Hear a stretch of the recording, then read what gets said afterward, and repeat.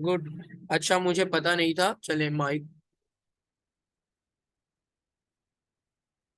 ٹھیک ہے. تو ہو ضمیر استعمال ہو رہی ہے. میں نے آپ کو یہ بتا رہا تھا کہ اب ہم نے ابھی تک ہم آج تیسری کلاس لے رہے ہیں باقاعدہ. لیکن اس کے باوجود ہمیں قرآن کریم کے چار اس چھوٹی سی سطر کے اس چھوٹی سی آیت مبارکہ کے چار الفاظ کا ترجمہ آ چکا ہے. میرے ربیم میں جو ربیم ہے اس کا ترجمہ آپ پڑھ چکے ہیں. رب کا لفظ ہم ضمیر ہے, ضمیر متصل. الحق حق آپ کو بتائیے اردو میں بھی استعمال ہوتا ہے. انا انا کا مطلب ہوتا ہے بے شک. ہو ضمیر ہے, ضمیر متصل. تو چار الفاظ ہیں اس چھوٹی سی آیت مبارکہ میں جن کا ترجمہ آپ کو آلریڈی پہلے سے پتا ہے. تو یہ 2 دن 3 دن کی کلاس کا نتیجہ ہے.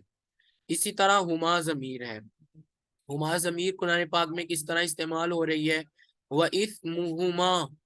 اب یہاں پر دیکھیں اسم کہتے ہیں گناہ کو, اسم کہتے ہیں گناہ کو. وَإِثْمُهُمَا اور گناہ ان دونوں کا. اکبر زیادہ ہے, زیادہ بڑا ہے. من نفعہما ان دونوں کے نفع سے.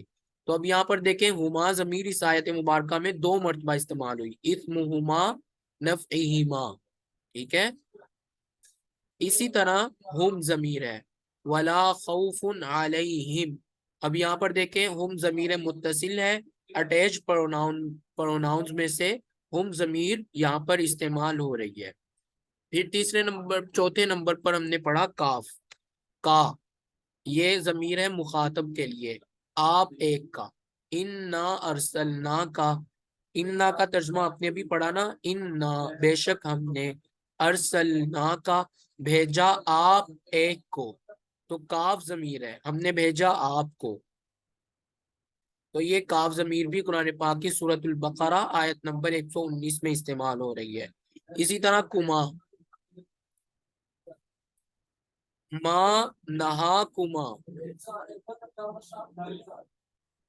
نہیں روکا کما آپ دونوں کو. رب کما آپ دونوں کے رب نے. نہیں روکا آپ دونوں کو, آپ دونوں کے رب نے. تو یہاں پر دیکھیں کما ضمیر جو ہے یہ استعمال ہو رہی ہے. کما اور رب کما میں بھی کما ضمیر استعمال ہو رہی ہے. اسی طرح کم ضمیر. فَأَحْيَاكُمْ ثُمَّ يُمِيتُكُمْ. تو یہ دیکھیں کم ضمیر 2 مرتبہ یہاں اس آیت مبارکہ میں استعمال ہو رہی ہے. فَأَحْيَاكُمْ اس نے زندہ کیا تم سب کو, پھر زندہ کیا اس نے کم تم کو. ثم پھر یمیتکم وہ موت دے گا تمہیں. اسی طرح اذکروا نعمتی یاد کرو میری نعمت کو. اسی طرح نا ضمیر ہے. ربنا تقبل منا, اے ہمارے رب قبول فرما لیجئے ہماری اے ہمارے رب قبول فرما لیجئے ہم سے. تو یہ آپ نے دیکھ لیا کہ یہ 8 ضمائر آپ کے سامنے لکھے ہوئے ہیں, اور ان کا قرآن کریم میں جو استعمال ہے وہ بھی آپ کے سامنے ہے, اور اس کا ترجمہ بھی آپ کے سامنے ہے. اس کے بعد سب سے اہم بات یہ ہے کہ اب قرآن کریم سے مختلف الفاظ تلاش کر کے ضمیر متصل کے ساتھ ان کی مشق کیجئے. مثال کے طور پر نفس کا لفظ ہے, قرآن کریم میں استعمال ہوا ہے. عبد ہے, عبد غلام کہتے ہیں. نفس کہتے ہیں جاندار کو, کسی بھی جاندار کو نفس کہا جا سکتا ہے. ٹھیک ہے. دوسرے نمبر پر ہے عبد. عبد کہتے ہیں بندے کو, غلام کو بھی کہتے ہیں. آیت, آیت نشانی کو بھی کہتے ہیں, اور قرآن کی جو سطریں ہوتی ہیں ان کو بھی آیت کہتے ہیں.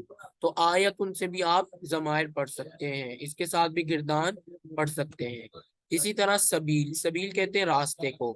یہ بھی قرآن پاک میں سبیل کا لفظ بھی بہت جگہ استعمال ہوا ہے. تو سبیل کے ساتھ بھی آپ مختلف ضمائر پڑھ سکتے ہیں. ٹھیک ہے. تو یہ آپ کی کل کی اسائنمنٹ ہے کہ اب قرآن کریم سے مختلف الفاظ تلاش کر کے ضمیر متصل کے ساتھ ان کی عملی مشق کیجیے.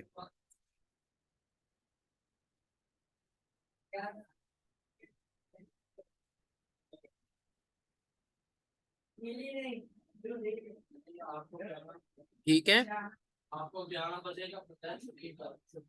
اب آپ نے ایک کام تو یہ کرنا ہے کہ ضمائر مختلف الفاظ تلاش کر کے ان کے ساتھ ضمائر کی مشق کریں، اور دوسری اسائنمنٹ، دوسرا اپنے کام یہ کرنا ہے کہ قرآن کریم سے ہر ضمیر کے ساتھ کی کوئی آیت مبارکہ، ایک ایک آیت تلاش کر لیں، 8 آیات ایسی تلاش کرنی ہے جن میں یہ ضمائر متصلہ استعمال ہوئی ہو، اٹیچ پروناؤنز استعمال ہوئے ہوئے، ٹھیک ہے؟ اب آپ لوگوں کا کوئی سوال ہو؟ نفس کا مطلب ہوتا ہے جان، جس میں بھی جان ہو، روح ہو، اس کو کہتے ہیں نفس، جاندار۔ نفس کے کئی معنی آتے ہیں، لیکن اس کا ایک عام مطلب جو ہوتا ہے وہ جان ہوتا ہے، ٹھیک ہے؟ مختلف قرآن پاک میں مختلف جگہ پر اس کے مختلف معنی آئیں گے، تب آپ کو پتہ چل جائے گا کہ یہاں پر یہ کس معنی میں استعمال ہو رہا ہے۔ نفس ویسے انسان کے اندر موجود جو انسان کا ضمیر ہوتا ہے نا، اس کو بھی نفس کہتے ہیں۔